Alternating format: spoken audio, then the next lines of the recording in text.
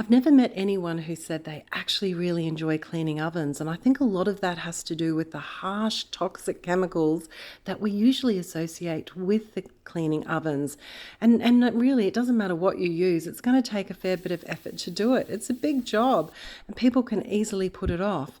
For us, I cook a lot in this oven because I've got a big family, 4 sons, and this oven gets dirty really, really quickly. The manual of this oven recommended just using detergent and a scrubbing brush, and that's what I did to begin with. But it took off some areas, but yeah, you can see it didn't take them all off. I then bought out my homemade cream cleanser product. This is just a basic cleaning product. Now remember, with these homemade cleaning products, they can leave a bit of a smear. You do have to rinse well afterwards. Keep that in mind if you're using things like that.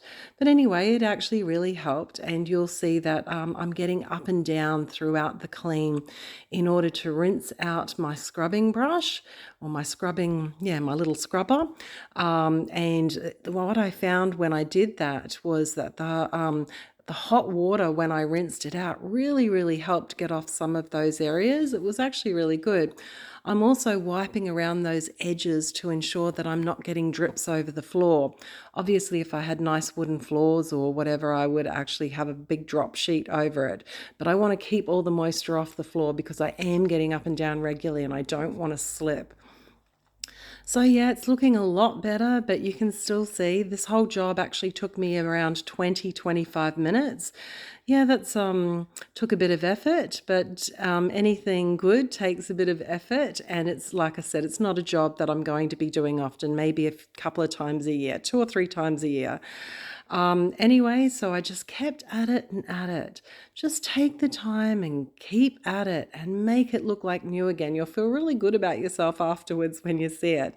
Now, I do have another video where I just show you how easy it is to clean the racks of the ovens with simply soaking them first with hot water and detergent.